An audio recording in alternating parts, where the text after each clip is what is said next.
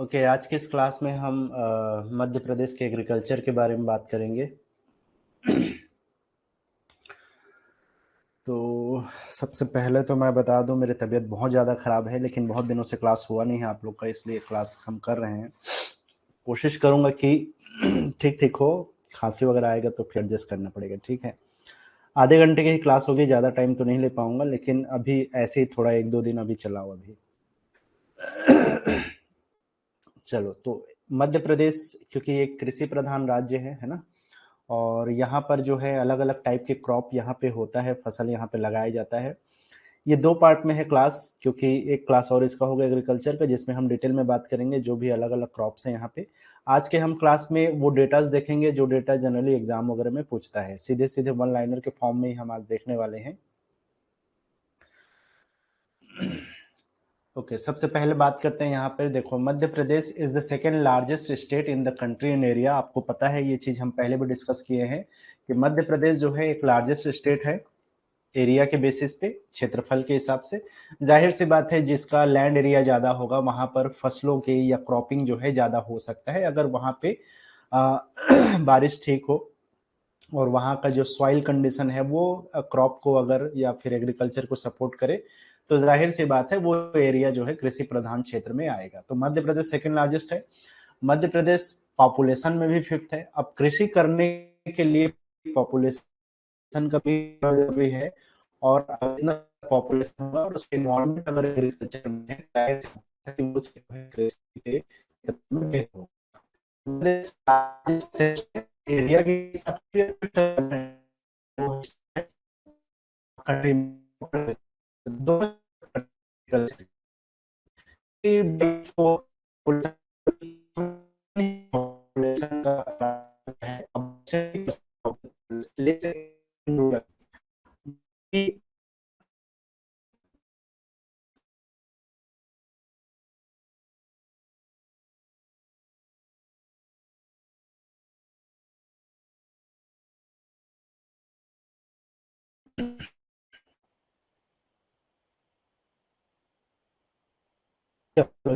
में ये जो नेटवर्क दिक्कत है वो होता है।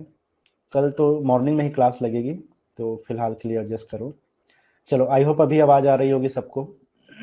ओके, तो मैं बात कर रहा था कि यहाँ का जो 3/4 जो हिस्सा है पॉपुलेशन का, चार में से तीसरी जो हिस्सा या तीन जो हिस्सा है राज्य का, अबाउट 72% जो पॉपुलेशन है वो रूरल एरिया में रहता है। अब कृषि जो है ज्यादातर ग्रामीण क्षेत्रों में ही किया जाता है, जिस क्षेत्र में जो है फार्मिंग लैंड होता है, तो उसी एरिया में जो है कृषि होता है। तो ये तीन चीजें आपको याद रखना है कि से उसका लैंड एरिया ज्यादा होने की वजह से, और ज्यादातर जो पॉपुलेशन है वो रूरल एरिया में बिलोंग करने की वजह से जो है ये एक कृषि को सपोर्ट करने वाला एरिया या राज्य कहलाता है। तो इसका 70% जो हिस्सेदारी है पॉपुलेशन का वो रूरल एरिया में है। 70% of the states population engaged in agriculture. जो यहाँ का पॉपुलेशन है, टोटल पॉपुलेशन, उसमें से 70% जो पॉपुलेशन है, जनसंख्या है, वो डायरेक्टली इनडायरेक्टली जो कृषि के कार्य हैं उसमें जो है वो एक्टिविटीज में वो पार्टिसिपेट करते हैं।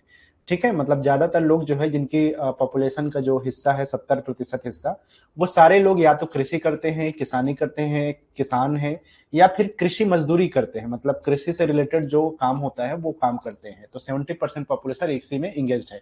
मध्य Pradesh is the largest soybean producing state, जिसको हम सोया स्टेट भी इसीलिए कहा जाता है। Based on the diverse climate of the state, it is divided into 11 climatic zone and 5 crop areas. आपको ध्यान रखना है, ये जो क्वेश्चन है ये बार बार रिपीट होता है कि किसी भी राज्य को कितने क्लाइमेटिक जोन्स में बांटा गया है। अब क्लाइमेटिक जोन्स क्या होता है? जो भी राज्य का अलग अलग क्षेत्र है, वहां रेनफॉल कैसा है, सॉइल की कंडीशन कैसा है, वो जो सॉइल है वो कितना वाटर हेल्डिंग कैपेसिटी है, वहां के जो सॉइल है उसका जो बोलना चाहिए कि कितना फर्टाइल है, कितना उपजाऊ है, और उसके अकॉर्डिंग कौन से क्रॉप को वो सपोर्ट करता है, ये तमाम चीजों के आधार पे जो है अलग अलग क्षेत्रों में उसको बांट दिया जाता है किसी भी स्टेट को। तो मध्य प्रदेश को इसी आधार पे जो है 11 अलग अलग जलवायु क्षेत्र में या क्लाइमेटिक जोन में बांटा गया है। ऑफिशियली क्रॉप के हिसाब से फसल के आधार पे 5 क्रॉप जोन्स में भी इसको बांटा गया है। तो ये दो चीजें हैं जो अक्सर एग्जाम में पूछता है, आपसे पूछ सकता है कि कृषि के आधार पर या जलवायु के आधार पर जलवायु जोन्स में कृषि के क्षेत्र में मध्य प्रदेश को कितने हिस्सों में बांटा गया है, तो 11 हिस्सों में। और जो है फसल के आधार पर कितने हिस्सों में बांटा गया है ऑफिशियली, तो 5 हिस्सों में। वो कौन कौन से हिस्से मैं एक बार आपको बता देता हूं, हालांकि सारे हिस्से आपको याद रहे ना रहे, लेकिन एक थोड़ा बेसिक आइडिया आपको होना चाहिए।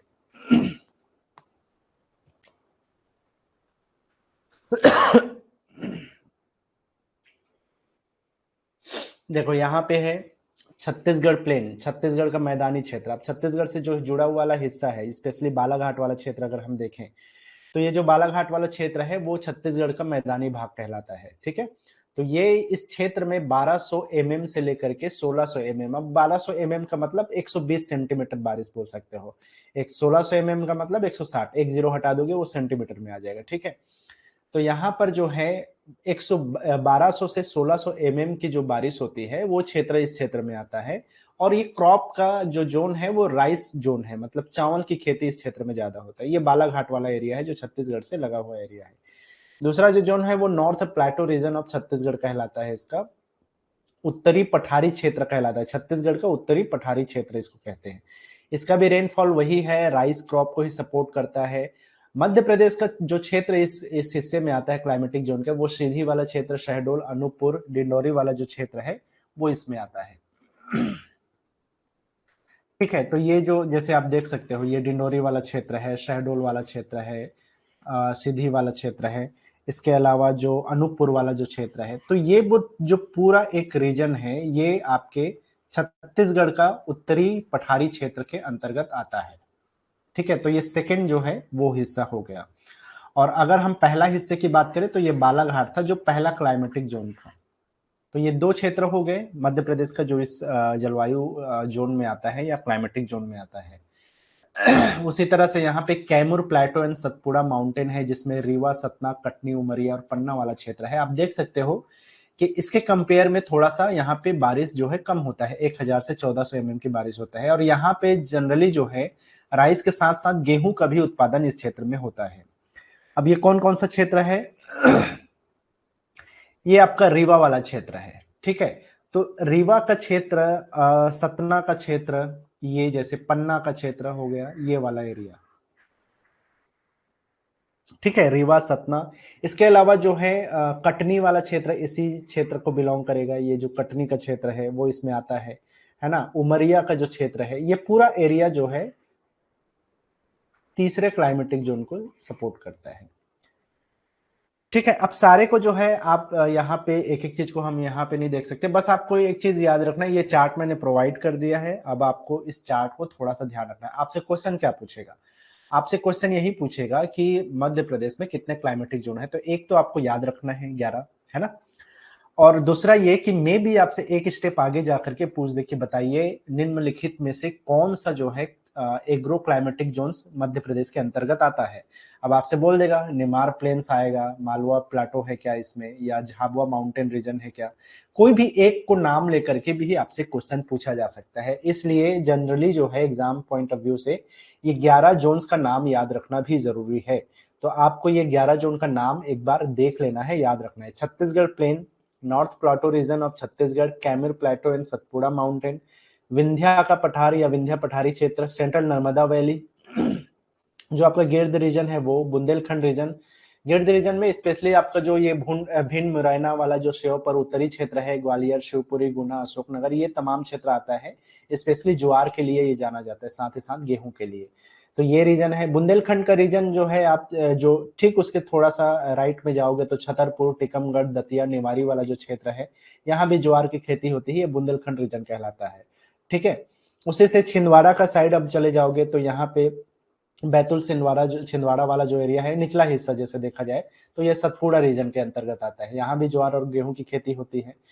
मालवा जो पठारी क्षेत्र है, अगर आप वेस्टर्न क्षेत्र में चले जाओगे तो जैसे रतलाम है, इंदौर है, देवास है, नीमच है, मंदसौर है, उज्जैन, बरवानी, शाजापुर वाला इलाका है, ये सभी जो है कॉटन के लिए फेमस है, साथ ही साथ ज्वार की खेती होती है।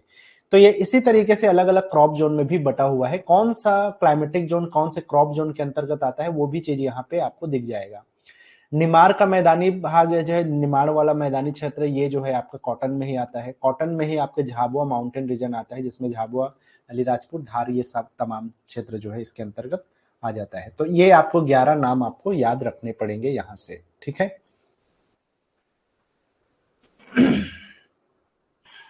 चलो, हमने देखा कि 11 जोन तो है क्लाइमेटिक में, लेकिन जो 5 जो क्रॉप जोन है वो ज्यादातर एग्जाम में पूछता है, और इसमें तो सीधा सीधा आपको डिस्ट्रिक्ट का नाम भी पूछ सकता है। 5 ही जोन है, आप याद रख सकते हो। देखो, एक है आपका धान वाला क्षेत्र जो कि पैडी क्रॉप जोन कहलाता है, तो ये धान हो गया।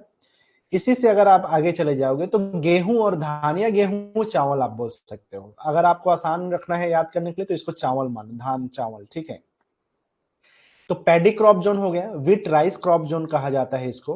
देन उसके बाद में आपका वीट क्रॉप जोन है।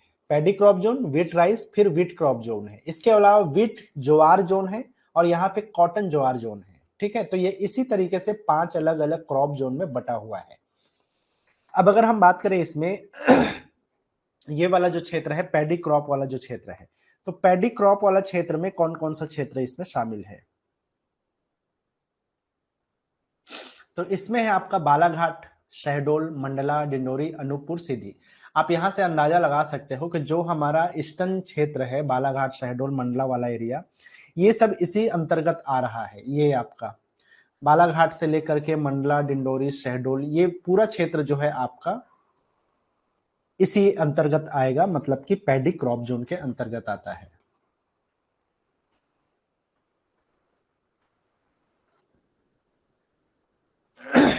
ठीक है, बालाघाट, शहडोल, मंडला, डिंडोरी, अनूपपुर, सीधी वाला क्षेत्र, सीधी वाले क्षेत्र तक जो है ये जा रहा है, शहडोल से सीधी। तो ये हो गया पैडी क्रॉप जोन। दूसरा है यहाँ पर वीट राइस क्रॉप जोन। तो यहाँ पे आप देखोगे तो थोड़ा सा आप नॉर्थ में चले जाओ तो रीवा, सतना, पन्ना, जबलपुर, सिवनी, कटनी, सीधी, यहां तक का जो पूरा क्षेत्र है ये वीट राइस क्रॉप जोन के अंतर्गत आता है, ठीक है। तो रीवा, सतना, पन्ना, जबलपुर, सिवनी वाला ये जो क्षेत्र है, तो सिवनी से आप यहाँ पे अंदाजा लगा सकते हो, ये जबलपुर, ठीक है, ये कटनी वाला हो गया, पन्ना हो गया, सतना हो गया, रीवा हो गया, और यहां से ये जो है सीधी तक। तो ये पूरा जो क्षेत्र है ये आपका आता है वीट राइस जोन के अंतर्गत। तो ये सेकंड है।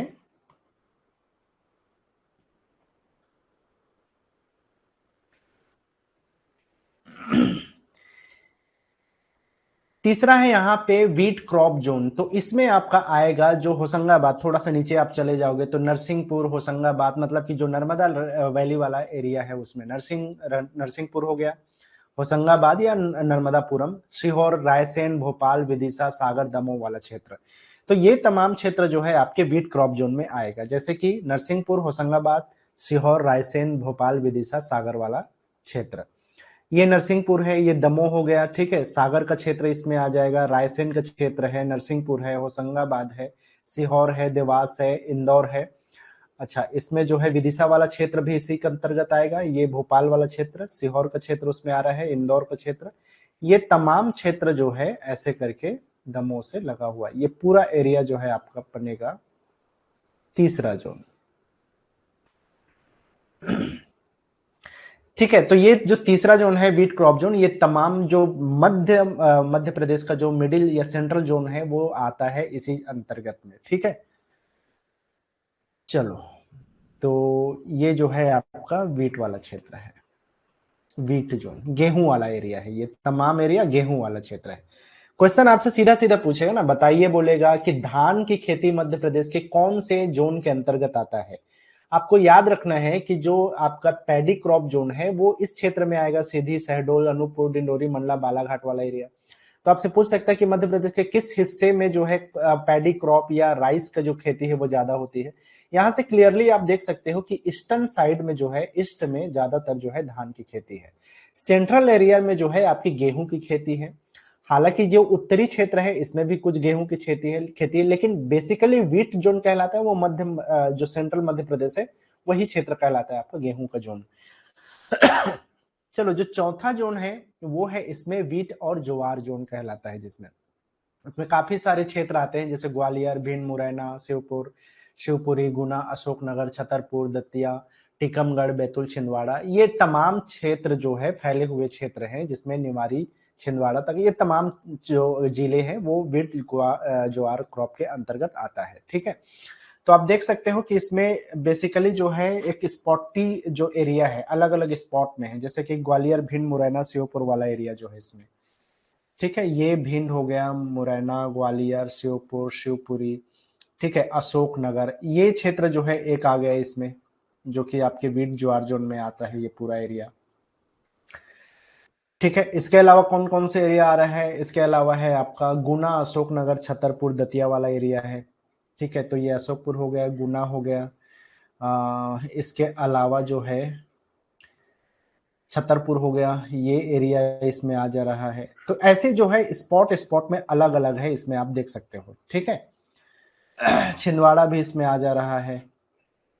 तो ये एक तरह से मेन जो है आपका ये भिंड, मुरैना, ग्वालियर, शिवपुर, शिवपुरी, अशोकनगर, ग्वालियर, इसको आप याद रख सकते हो। ज्यादातर क्वेश्चन ऐसे ही बनता है कि ये जो बिल्कुल उत्तर में है, या बोल सकते हो कि ये अगर आपका नॉर्थ एरिया है, ये आपका वेस्ट है, तो नॉर्थ वेस्ट वाला क्षेत्र जो पड़ता है वो आपका चौथा जोन है, जिसमें वीट ज्वार जोन कहलाता है। ये चौथा जोन है। कॉटन ज्वार जोन में हम बात करते हैं तो आप देखोगे मंदसौर, नीमच, रतलाम, उज्जैन, देवास, इंदौर, शाजापुर, राजगढ़, धार, झाबुआ, खंडवा, बुरहानपुर, खरगोन, बरवानी, हरदा। क्लियरली आप देख सकते हो कि ये जो जितना भी कॉटन और ज्वार का जो क्रॉप जोन है, ये आपके वेस्टर्न पार्ट में है मध्य प्रदेश का। तो ये वेस्टर्न वाला क्षेत्र है, जो कि आप यहाँ पे नीमच, मंदसौर, रतलाम, उज्जैन, झाबुआ, धार, बरवानी, खरगोन, खंडवा, बुरहानपुर, ये तमाम एरिया जो है आपके, इवन जो है आपके उज्जैन के साथ साथ इंदौर का भी क्षेत्र है यहाँ पे, देवास का भी कुछ क्षेत्र है। तो ये तमाम एरिया जो है आपका ऐसे करके आप देख सकते हो। शाजापुर वाला एरिया भी आप इसमें देख सकते हो। तो ये जो क्लियरली ये पूरा एरिया है, ये एरिया आपका कहलाता है पांचवा जोन, जिसमें आपका आएगा कॉटन ज्वार जोन। ठीक है, एक बेसिक आइडिया आपको मिल गया यहां से। ईस्ट पार्ट में है पैडी क्रॉप। ठीक है, अगर आप देखोगे तो नॉर्थ ईस्ट के क्षेत्र में है आपका वीट राइस जोन, ये नॉर्थ ईस्ट वाला है। ईस्टर्न में तो ज्यादातर धान है, और नॉर्थ ईस्ट में क्या है आपका वीट राइस जोन है, नॉर्थ और ईस्ट जोन में। ठीक है, सेंट्रल मध्य प्रदेश में क्या है, गेहूं का क्षेत्र है, वीट जोन है, जहां पे मध्य सेंट्रल मध्य प्रदेश में ये सारा क्षेत्र है आपका गेहूं का क्षेत्र। अगर आपको नॉर्थ बोले या नॉर्थ वेस्ट की हम बात करें तो ये क्षेत्र जो है आपका वीट ज्वार है। अगर आपको वेस्टर्न मध्य प्रदेश की बात करें तो वेस्टर्न मध्य प्रदेश में स्पेशली आपका कॉटन ज्वार जोन कहलाता है। तो इस तरीके से आपको जोन को याद रखना है। डिस्ट्रिक्ट बहुत कम चांस है पूछने का, लेकिन अगर आपको जोन याद है तो आपको डिस्ट्रिक्ट का एक बेसिक आइडिया मिल जाएगा, कौन कौन सा डिस्ट्रिक्ट इसके अंतर्गत आ सकता है। कई बार क्या होता है कि डिस्ट्रिक्ट इसमें मर्ज भी होते हैं, कई अलग अलग जो है ओवरलैप भी करता है। ठीक है, लेकिन फिर भी एक बेसिक आइडिया आपको यहां से मिल गया होगा। ठीक है, चलो आगे बढ़ते हैं। तो देखो यहाँ पे मध्य प्रदेश में जो है अलग अलग टाइप के जो है फार्मर्स पाए जाते हैं। तो बेसिकली तीन टाइप के फार्मर्स होते हैं, जिसके एक बोला जाता है मार्जिनल फार्मर्स बोला जाता है, सीमांत कृषक। इसके अलावा है छोटे किसान, स्मॉल फार्मर्स, और लार्ज जो है किसान है या फार्मर्स हैं वो वृहद किसान या बड़े कृषक बोले जाते हैं। इसका क्या क्राइटेरिया है, किस बेसिस पे ऐसा इसको बांटा गया है, तो देखो जिनके पास 0.4 हेक्टेयर जो लैंड है या उससे कम का जो एरिया है, लैंड एरिया है या फार्मिंग एरिया है, उनको हम मार्जिनल कृषक मानते हैं, सीमांत कृषक मानते हैं। ठीक है, ये सीमांत कृषक है। जिनके पास 0.4 हेक्टेयर से लेकर 1.5 हेक्टेयर तक का जो है इनके पास अगर जमीन है, फार्मिंग लैंड है, तो इनको जो है हम मानते हैं स्मॉल। ठीक है, लघु कृषक मानते हैं इनको। और जो बड़े किसान हैं उनके पास होता है 2 हेक्टेयर से ज्यादा का, या बोल सकते हो 1.5 हेक्टेयर या 2 हेक्टेयर से ज्यादा है, तो वो आपके लार्ज कृषक के अंतर्गत आते हैं। अब इनकी क्या मतलब कि यहाँ पे वो है कितना इनका जो है बोलना चाहिए पॉपुलेशन कैसा है, तो देखो परसेंटेज ऑफ फार्मर्स की, तो मध्य प्रदेश में 51% जो फार्मर्स है टोटल में, उसमें से 51% जो फार्मर्स है वो मार्जिनल किसान है, मतलब कि जिनके पास बहुत कम लैंड एरिया है।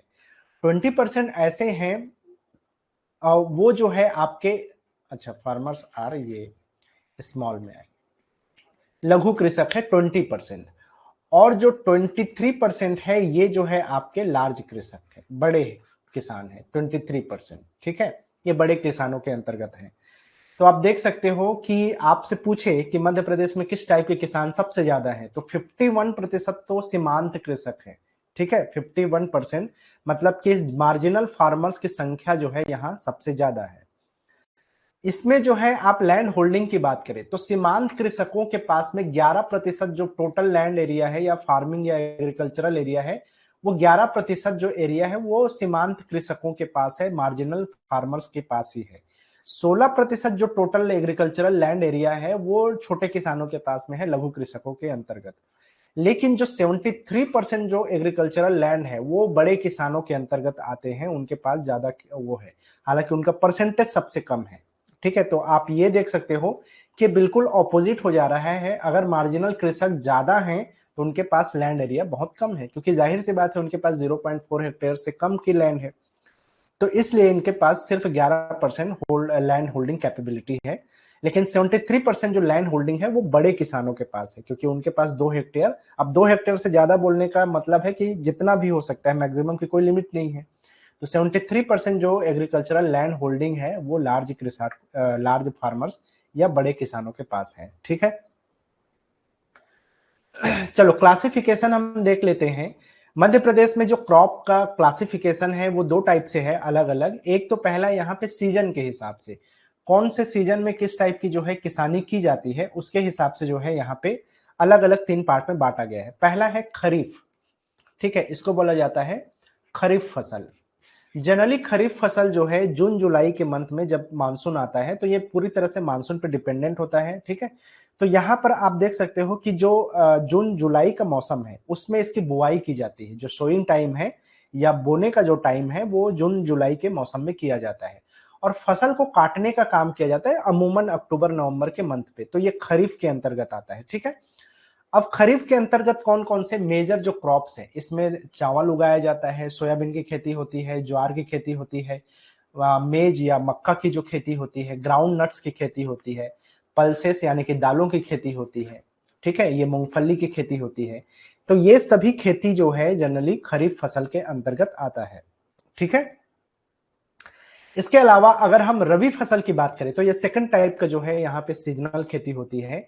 जैसे ही खरीफ फसल का हार्वेस्टिंग टाइम खत्म होता है, यानी कि फसल को काट लिया जाता है, उसी टाइम में रबी फसल की जो है खेती शुरू होती है। तो रबी फसल जो है एक तरह से आप बोल सकते हो कि ये गर्मियों की खेती है, मतलब कि है तो ठंडी से शुरू होती है लेकिन ये गर्मियों तक चलती है। और जायद फसल बेसिकली जो है प्योर गर्मी का फसल होता है। तो रबी फसल जो है शुरू होता है ठंड से और मार्च के गर्मी तक जाता है। तो मैं हमेशा कंफ्यूज होता था अपने टाइम में खरीफ और रबी में, कौन सा टाइम होता है खरीफ का और कौन सा टाइम है रबी का। क्लियरली याद कर सकते हो बेस्ट है। अदरवाइज रबी मतलब रबी तो सूरज को बोला जाता है, सूरज मतलब गर्मी का टाइम है, तो रबी फसल उसीलिए, क्योंकि खरीफ तो मानसून में ही होगा, उस टाइम में सूरज का कुछ खास लेना देना नहीं है, जनरली वैसे ही कम दिखाई देते हैं सूरज देवता। लेकिन रबी के टाइम में सूरज देवता दिखाई देते हैं काफी, है ना। तो रबी फसल जो है मार्च के टाइम में काटा जाता है, अक्टूबर नवंबर में बुआई की जाती है, मार्च टाइम में इसको काटा जाता है। इस टाइम में जनरली जो फसल उगाया जाता है वो ऐसे फसल होते हैं जिनको पानी की कम जरूरत हो, कम पानी में नहरों के थ्रू जो है उसकी सिंचाई की जा सके, और उस टाइप के जो है फसलों को इसमें उगाया जाता है। जैसे गेहूं हो गया, है ना, ग्राम हो गया मतलब कि चने हो गए, बारले हो गए मतलब कि जो जौ जिसको बोलते हैं, इसके अलावा जो मसूर का दाल है ना, फ्लैक्स सीड अलसी जिसको हम बोलते हैं, और ये जो सरसों है, इसके अलावा राई वगैरह हो गया, ये सब इसी के अंतर्गत होता है। मटर भी इसी टाइम में जो है, सूरजमुखी भी जो है इस टाइम में होता है, सूरजमुखी का जो वो उगाया जाता है, ठीक है, जिसको सनफ्लावर कहते हैं हम। तो ये तमाम चीजें जो है रबी फसलों के अंतर्गत आता है। अब क्वेश्चन क्या आएगा, आपसे आपसे पूछ देगा बताइए कि खरीफ फसल का बुआई टाइम क्या है, खरीफ फसल का जो है कटाई का टाइम क्या है, या खरीफ फसल के अंतर्गत कौन कौन से मेजर क्रॉप्स आते हैं, कौन कौन से मुख्य फसलें आती हैं। तो आपको ये क्लियरली याद रखना पड़ेगा कि कौन सा खरीफ फसल के अंतर्गत आने वाला जो वो है, और कौन सा जो है रबी फसल के अंतर्गत आने वाला है। क्वेश्चन ऐसा ही इसमें आता है। जायद फसल होता है जब रबी फसल और खरीफ फसल के बीच का जो टाइम बच जाता है उस टाइम में लिमिटेड टाइम के लिए ऐसे जो फसल है वो उगाए जाते हैं जिसको जो कम पानी में भी जो है हो जाए और जल्दी से हो जाए और जिसको सीधे बाजार में बेचा जा सके, है ना। तो ये मार्च के और अप्रैल में जब ये कटाई हो जाता है ज्यादातर रबी फसल, और जून में जो है खरीफ फसल वापस शुरू होने वाला है, तो ये बीच का जो 2-3 महीने का टाइम है ये खाली रहता है। तो इस टाइम में जायद फसल लगाया जाता है। अब जायद फसल में जनरली जो सब्जियां हैं, वेजिटेबल्स हैं, वो इसमें उगाए जाते हैं। जैसे इसके अलावा वाटरमेलन हो गया, है ना, कुकुम्बर हो गया, खीरा, ककड़ी, मेलन्स हो गए। तो जितने टाइप के मेलन्स होते हैं, वाटरमेलन्स हो या और अलग अलग टाइप के जो मेलन्स है, वो सब, तरबूज, खरबूज, जो सारे मेलन्स आते हैं वो सब इसमें अंतर्गत आता है। खीरा, ककड़ी, ये सब आता है। भाजी वगैरह इसमें लगाए जाते हैं, लौकी जो है इसमें लगाया जाता है। तो ये सब जो है इसमें जायद फसल के अंतर्गत आते हैं, जो कि खरीफ और रबी के बीच में लगाया जाता है। तो एक क्वेश्चन तो आया भी हुआ था कि बताइए रबी और खरीफ के बीच में लगाए जाने वाले फसल को किस नाम से जाना जाता है। तो इसको हम जायद फसल कहते हैं। ठीक है, ये मार्च अप्रैल में उगाया जाएगा। जनरली जून के पहले वीक में या पहले 10 दिनों में, पहले हफ्ते में इसको काट लिया जाता है। कई बार ये ऐसा होता है कि जून के जो है 15 तारीख के पहले पहले तक ये कट जाता है, ताकि जैसे मानसून आए तो नए फसल जो है उसमें उगाया जा सके।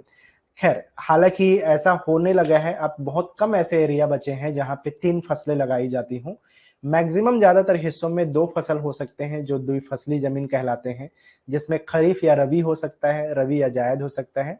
हालांकि जो फसल रबी और जायद के लिए सपोर्टेड है, ज्यादातर जो एरिया है वो खरीफ फसल को सपोर्ट जरूर करता है। तो 2 फसल ही लिया जाता है। बहुत कम ऐसे एरिया है जहां 3 फसल हो या लिया जाए किसानों के द्वारा। उर्वरकता कम हो जाती है, फर्टिलिटी कम होती है जमीनों की या लैंड एरिया की, इसलिए ये काम 2 फसलों तक ही ज्यादातर सीमित कर दिया जाता है। आगे हम बढ़ते हैं। इसके अलावा इसके अलावा एक और जो टाइप है क्लासिफिकेशन का, वो है यूज के हिसाब से, उपयोग के हिसाब से। तो एक को तो सीधा सीधा बोला जाता है कमर्शियल क्रॉप्स बोला जाता है, या जिसको वाणिज्यिक वाणिज्यिक बोला जाता है, वाणिज्य जिसको हिंदी में बोलते हैं वाणिज्यिक। तो ये जो वाणिज्यिक जो वो है या कमर्शियल क्रॉप्स है, इसको जनरली जो है लोग अपने खाने के हिसाब से, मतलब कि इसका पुराना एक वो है, फंडा है समझो, कि पुराने जमाने में लोग जो है 2 तरह के फसल उगाते थे। एक उसको जिसको सीधे अपने खाने के हिसाब से उगाते थे, मतलब उनको जरूरत थी अपने भूख मिटाने के लिए, अपने खाने के लिए। तो वो फूड ग्रेन्स कहलाते, फूड ग्रेन्स या फूड क्रॉप्स या ग्रेन क्रॉप्स कहलाते हैं। तो ये इसमें आ जाता है, जिसको हम खाद्यान्न फसलें कहते हैं। खाद्यान्न, खाद्य अन्न, खाने के लिए उगाया जाने वाला अन्न। तो ये खाद्यान्न फसलें हैं, फूड ग्रेन्स या फूड क्रॉप्स या ग्रेन क्रॉप्स कहलाते हैं। इसमें जैसे आपके गेहूं हो गया, चावल हो गया, ज्वार हो गया, मक्का हो गया, आपका बाजरा हो गया, मिलेट जिसको हम बोलते हैं, है ना, आपका चना हो गया, दाल हो गया, जितने भी तिलहन है। अब तिलहन मतलब कि जिसके बीज से जो है तेल निकाला जाए, तो वो तिलहन है, ऑयल सीड्स कहते हैं। ये तमाम चीजें लोग अपने यूज के लिए ही यूज करते थे ज्यादातर। कुछ ऐसे फसल हैं, कॉटन हो गया, गन्ने हो गया, तंबाकू हो गया, ठीक है, ओपियम हो गया। अब ओपियम कहने का मतलब ये है कि जो अफीम जिसको बोला जाता है ना, अफीम वगैरह हो गया। हालांकि इसके लिए गवर्नमेंट की मंजूरी जरूरी है। तो अफीम की खेती, इसके अलावा जो लिनसीड है, या जिसको हम अलसी भी कहते हैं, फ्लैक्सीड, अलसी, लिनसीड इसे कहा जाता है। सेसमे हो गया जिसको हम तिल कहते हैं। तो तिलहन में बहुत सारे होते हैं ना, सिर्फ तिल नहीं, तिलहन में बहुत सारे, जितने भी तिल निकाले, मूंगफली भी ऑयल सीड्स में ही आते हैं, तो तमाम तिलहन। यहाँ पे जो तिल है वो जनरली सीधे मार्केट में बेचने के लिए यूज किए जाने। सोयाबीन हो गया, ये भी मार्केट में सीधा बेचे जाने वाला कमर्शियल क्रॉप के अंतर्गत आता है। तो ये जो कमर्शियल क्रॉप्स है वो क्रॉप्स हैं जिसको सीधे बाजार में बेच के पैसा कमाया जाता है। फूड क्रॉप जिसको अपने खाने के लिए भी यूज किया जाता है, और खाने के लिए जितना यूज किया गया उससे जो बचता है उसको बेचा जाता है बाजार में। ये लॉजिक है बेसिकली। आजकल तो फूड क्रॉप्स को ही बेचा ही जाता है ज्यादातर।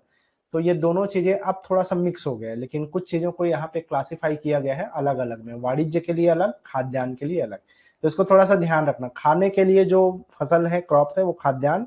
सीधे बेचने के लिए जो है वो कमर्शियल क्रॉप्स कहलाता है। इसके अलावा अगर हम बात करें तो यहाँ पर आप देख सकते हो फॉडर क्रॉप्स है कुछ। अब ये जो फॉडर क्रॉप्स है, ये इसको हम बोलते हैं चारा फसल कहते हैं, चारा फसल। क्या होता है कि कई बार बहुत सारे ऐसे फसल हैं किसानों के द्वारा उगाए जाते हैं जिसके बहुत सारे हिस्सों को जो है पशुओं को खिलाने के काम आ जाता है, वो वेस्ट नहीं जाता। जैसे फसलों के पत्तियों को हो गए, कई फसल के उसके जड़ों को जो है चारे के रूप में प्रयोग किया जाता है। और जनरली जो है सिर्फ चारे की बात नहीं है, उसमें पशुओं के लिए एक तरह का पशु चारा या पशुआ आहार, पशु के लिए आहार बोल सकते हो, है ना। तो पशुओं के लिए जो जितने भी जरूरी जो उनके लिए वो है न्यूट्रिएंट्स हैं, वो उसमें होना भी चाहिए। तो ऐसे जो क्रॉप्स होते हैं जिनके चारे में या जिनके पत्तियों में, जिनके जड़ों में वो सारे इंग्रेडिएंट्स हो या वो सारे न्यूट्रिएंट्स हो जो पशुओं के चारे के लिए या उनके हेल्थ के लिए बेहतर है, तो उस तरह के क्रॉप्स को हम फॉडर क्रॉप्स के अंतर्गत रखते हैं।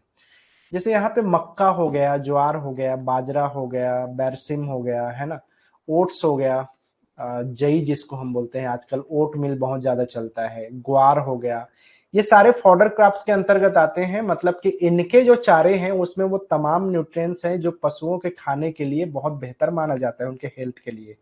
तो इनको जो है चारा फसल कहा जाता है।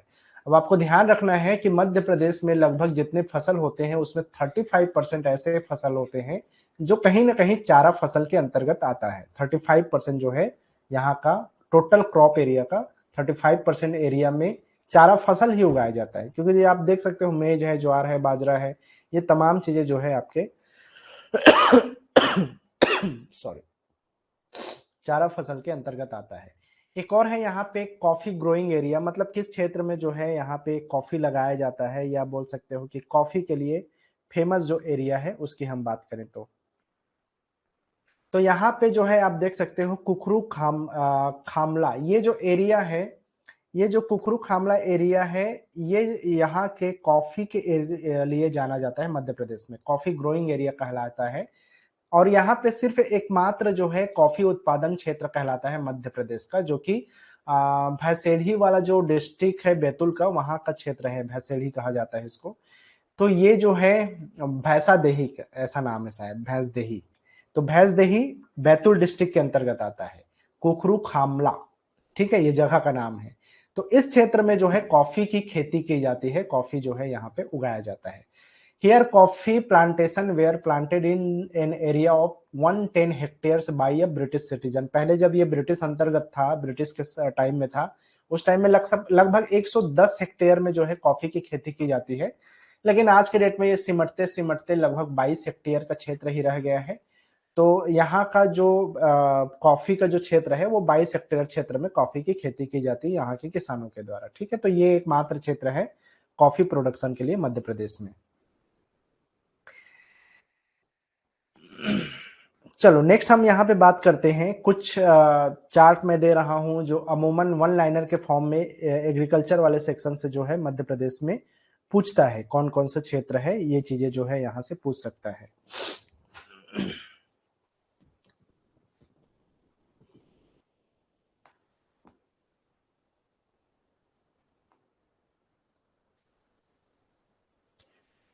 देखो यहाँ पे है हाँ सॉरी,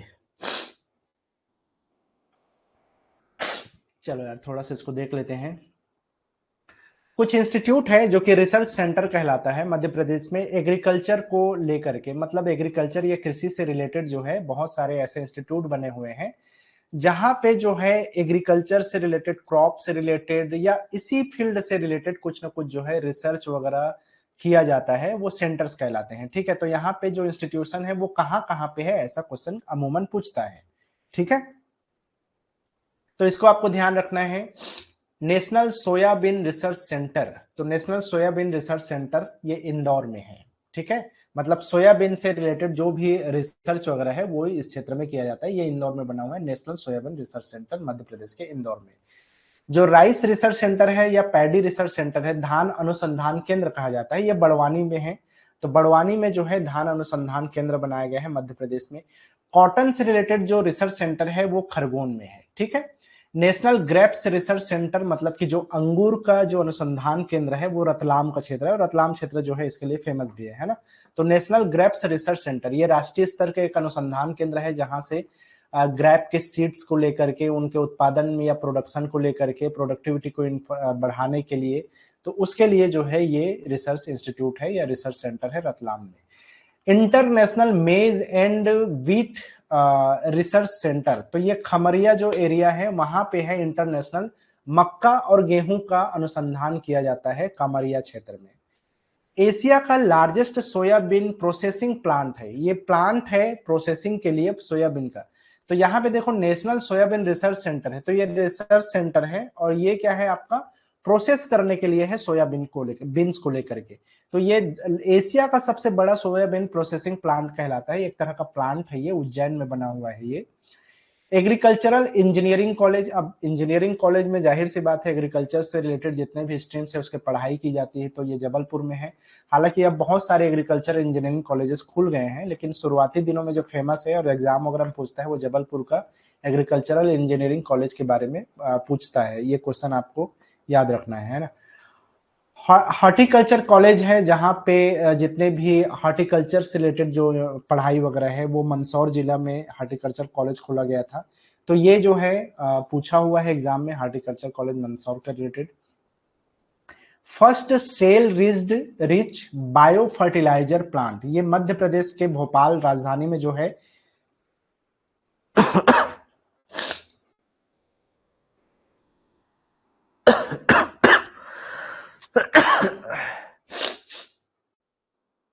चलो यार, मैं जो है इसको अब यहाँ से स्किप कर रहा हूँ, आपको ये लिस्ट प्रोवाइड कर दूंगा मैं, एक बार देख लेना, और नहीं तो मैं कल इसको रिपीट करवाऊंगा, ठीक है। आई एम रियली सॉरी, आगे कंटिन्यू नहीं करेंगे, है ना, ठीक है। एक बार देख लेना, पीडीएफ में आप लोग को मैं आज अपलोड कर दूंगा, और कल मैं एक बार और इसको एक्सप्लेन कर दूंगा थोड़ा सा, ठीक है, थोड़ा बेहतर तरीके से। चलो ठीक है, कल मॉर्निंग में 10 बजे जहां तक हो सके हम लोग क्लास में उसी टाइम मिलेंगे। इसको एक बार पढ़ लेना।